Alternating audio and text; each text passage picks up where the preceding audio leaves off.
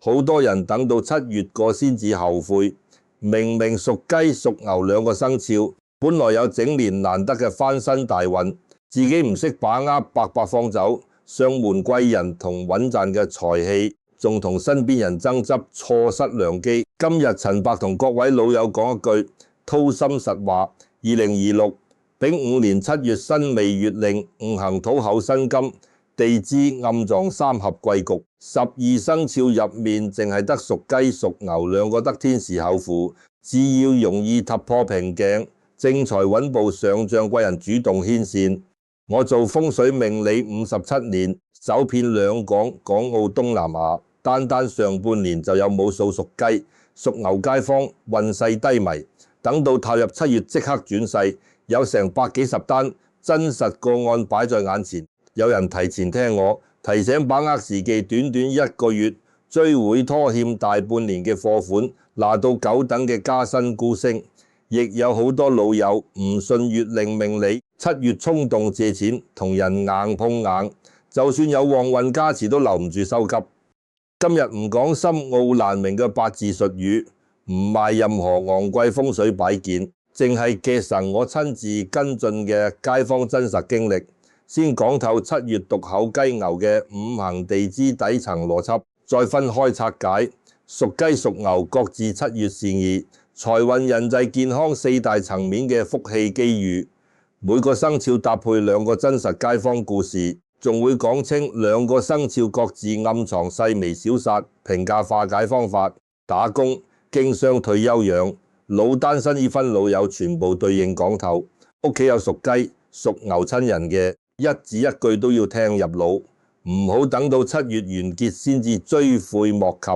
先同大家講，前年6月底我去中山小欖幫做服裝批發嘅鳳姐批運程嘅往事。鳳姐54歲，屬雞，上半年鋪頭客流稀少，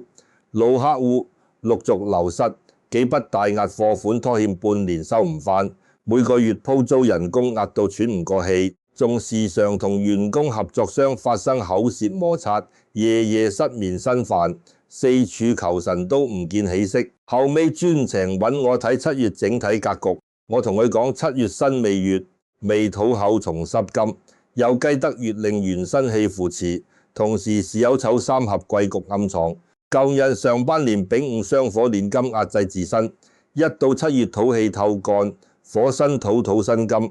氣場順暢。之前阻滯嘅訂單欠款全部會有轉機，仲會有多年未聯繫嘅貴人客戶主動上門。唯獨劫財暗撞，千祈唔好隨意借錢俾他人，唔好跟風高風險投資。我教佢鋪頭東南財位保持乾淨光亮，擺一盆圓潤金錢樹，日常多着米白淺黃色系衫，少同他人爭執，凡事留3分餘地。鳳姐半信半疑，只能夠照我講嘅方法照正試下。踏入7月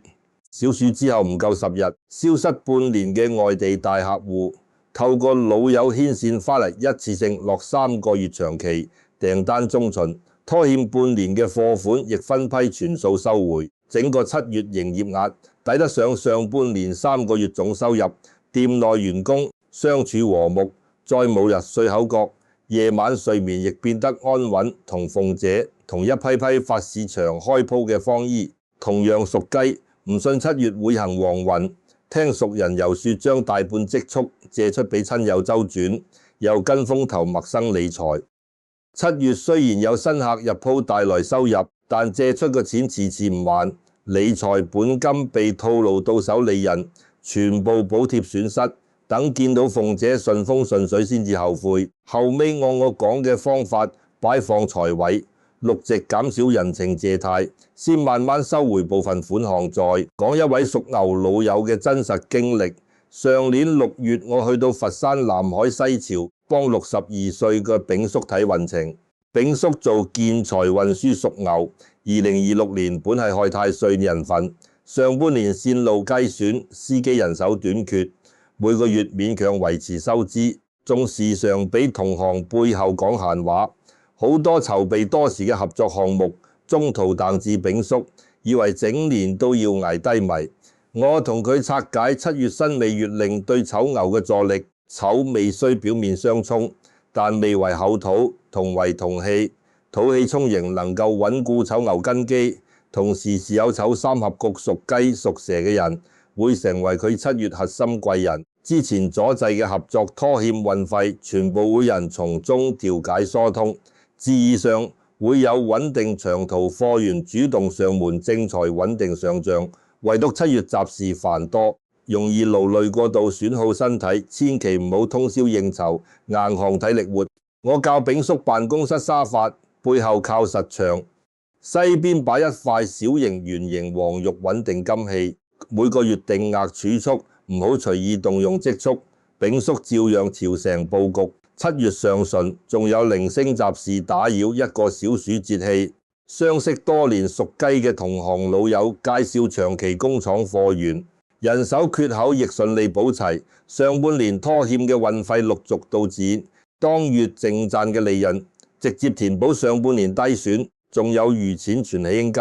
同丙叔同村嘅65歲強伯同樣屬牛，覺得月令運程只係心理安慰。7月有人邀請合夥擴張線路，未經細查就投入積蓄，合作中途出現利益分歧，損失幾萬蚊，仲日日奔波勞累，引發腰骨酸痛。聽丙叔分享經歷之後，先至收成無盡心態，穩守原有線路，調理大半年先至恢復平穩。呢兩組屬雞屬牛嘅真實個案，我同無數街坊講過。12個生肖同處7月火旺土燥嘅大環境，點解獨雞牛兩個能夠接住旺氣？背後有2層清晰命理邏輯。第一層五行身符原理，2026丙滿年全年雙火主事，火克有金，所以上半年屬雞人長年受火氣壓制，做事多阻滯，財氣難聚。而7月辛匪，月令地支未土後重透氣，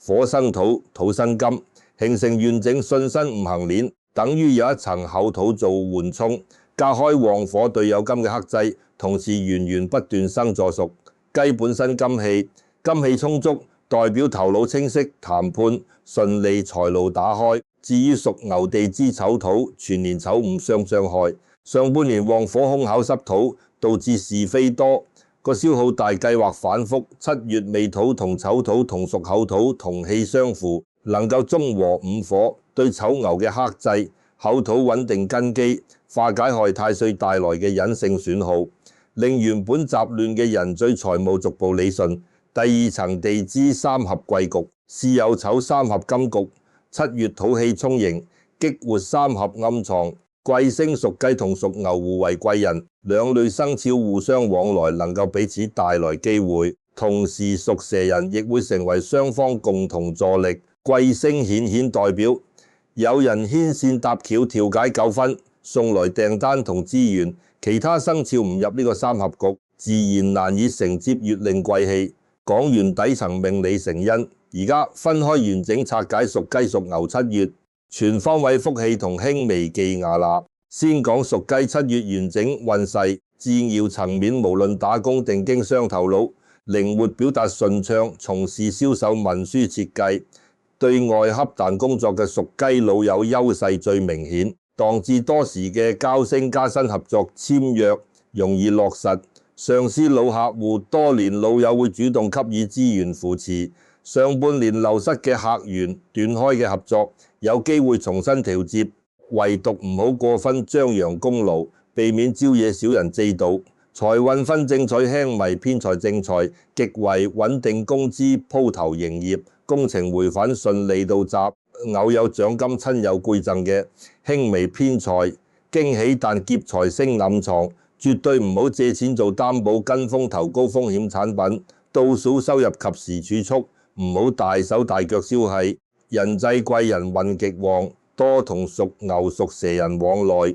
能夠化解口舌是非。單身屬雞老友容易經長輩老友介紹認識踏實穩定嘅對象，已婚者減少瑣碎爭執，適合短途出行，添置家啟。健康方面，7月火旺，容易咽喉乾痛、失眠、心煩、口腔發炎、少捱夜，少食辛辣煎炸，多飲潤燥湯水。屋企正西金位，每日保持光亮，擺日照綠植調和氣場，化解小煞。簡單操作，門內掛一隻開口銅葫蘆，內放少量粗鹽，每3個月更換一次。日常多着米白、淺黃、銀白色衣物，強化自身金氣，承接旺運。跟住拆解屬牛7月完整運勢，事業層面屬於動中得財格局。上半年阻滯嘅項目拖欠款項7